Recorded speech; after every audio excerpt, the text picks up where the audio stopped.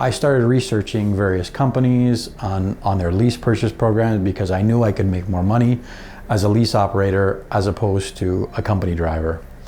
And after looking at extensive different companies, this is the company I decided to go with.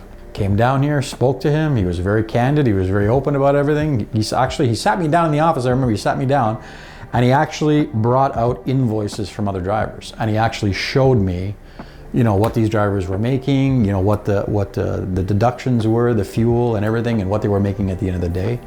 And like I said, he was very upfront and he was very honest about everything and made me feel a little bit more comfortable. Like I said, he suggested that I come on as a company driver for the first 3 months, which I did. He actually put me in the truck that I was going to be taking over for the 3 months that I was a company driver, so that I could get used to the truck, see how I liked it, if there was anything wrong with the truck, that he would, you know, make any repairs on anything that needed to be done. And that's exactly what happened. I started with the truck and then I ended up transitioning to that truck after the 3-month period. 1, it gives me more freedom. 2, it brings in more money into my pocket. So far, I've had 2 lease experiences with ET. When I came into ET, I bought a truck from them, but I made the payment in 18 months. And I was able to save some money, up to about $30,000 in 2 years, which I used to deposit for a new truck from ET. You know, they financed it. The truck is a 2015 Cascadia Freightliner, and I made the payment in 4 years, I think. It was a very good experience for me. The loads were available, the miles are there to make, so I just keep on going. I finished the payment with no problem, and the truck is mine. I'm very OCD when it comes to wanting to buy things. I start to research stuff like crazy. So I did a lot of research on the internet, and the biggest thing with a lot of these companies is what the drivers were calling the never, never plan. Going to work for companies that would lease them the vehicles and then either just give them barely enough miles to be paying off the vehicle.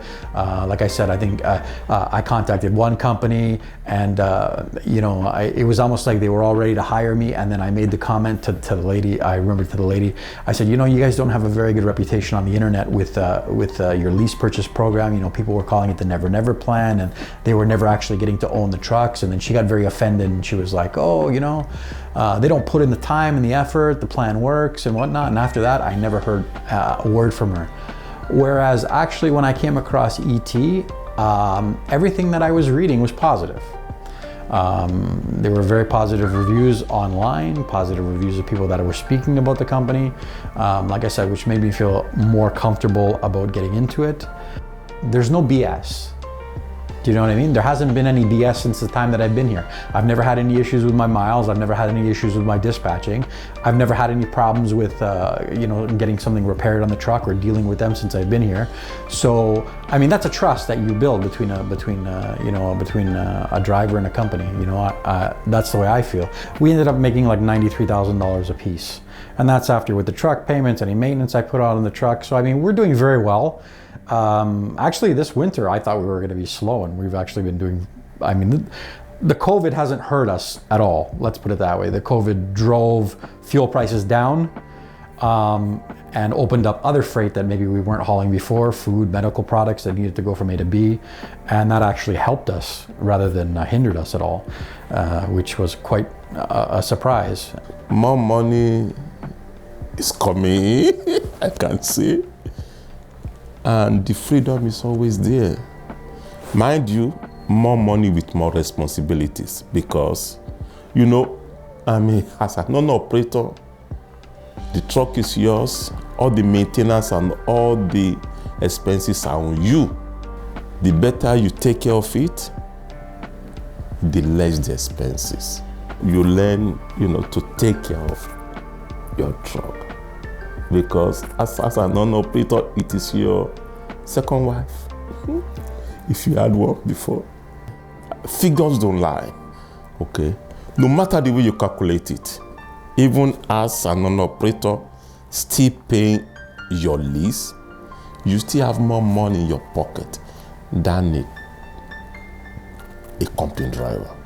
If you plan it well, make your payments promptly, and you can do it. If I can do it and I did it, anyone can do it. Normally I run an average of about 2,900 to 3,300 miles a week. That will give you enough fund to maintain yourself, maintain your truck, and pay your lease. Now that the truck's paid off and we don't have that truck payment, we're gonna put a little nest egg aside just in case anything goes wrong with the truck for incidentals. And after that, it's gonna be hopefully it's gonna be a really good year. As long as they're giving me the miles, I'm gonna take what they give me. I don't think I've ever said no to any freight that they've given me. And I don't think I've ever said no to any place they wanna send me. And like I said, that's the thing with this job. Like, it's not for everybody. It's something that requires discipline. You have to be willing to be away from home. You have to have a goal, and you have to stick with that plan. You have to be a way to say, yeah, it's not like you can say, oh, this week I don't feel like going out this week, I'm sick. If you're assigned freight and it needs to be at a certain place, then it needs to be at a certain place. If you need to be at a customer on Monday at 6 o'clock, then you have to be at a customer on Monday, 6 o'clock. And when they know, and the dispatchers know, when they have drivers that are reliable, and they know that they can get something where it needs to be at a certain time, I think that benefits us as well. And like I said, I don't think I've ever missed an appointment to where I needed to be. And I've never said no to any freight. So I think that attributes to what they give me and my success so far in this business. And I just hope it continues. And I'll be here as long as it takes to reach my retirement goal. I've been trucking for 28 years now. I think I've been in this industry.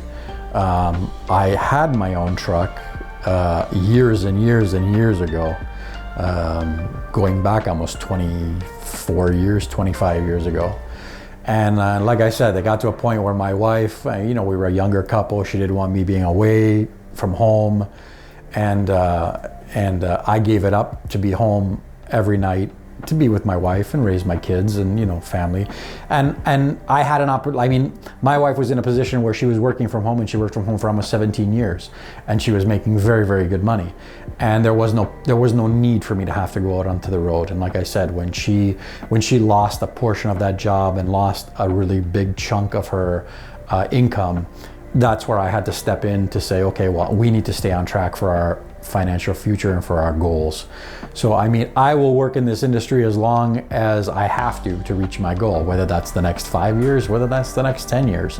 And as long as ET is continuing to provide me with the mileage and the good dispatch, then I'm not going anywhere. The more you pay it, you have a sense of freedom. I used to ask questions from former operators, and with their inputs, I was able to know when the time is ripe for me to go into it. Don't rush to go into an operation, because it is a commitment. It's a responsibility. So when you rush in, you may have to rush out. Don't do that. But you will know yourself that you are ready.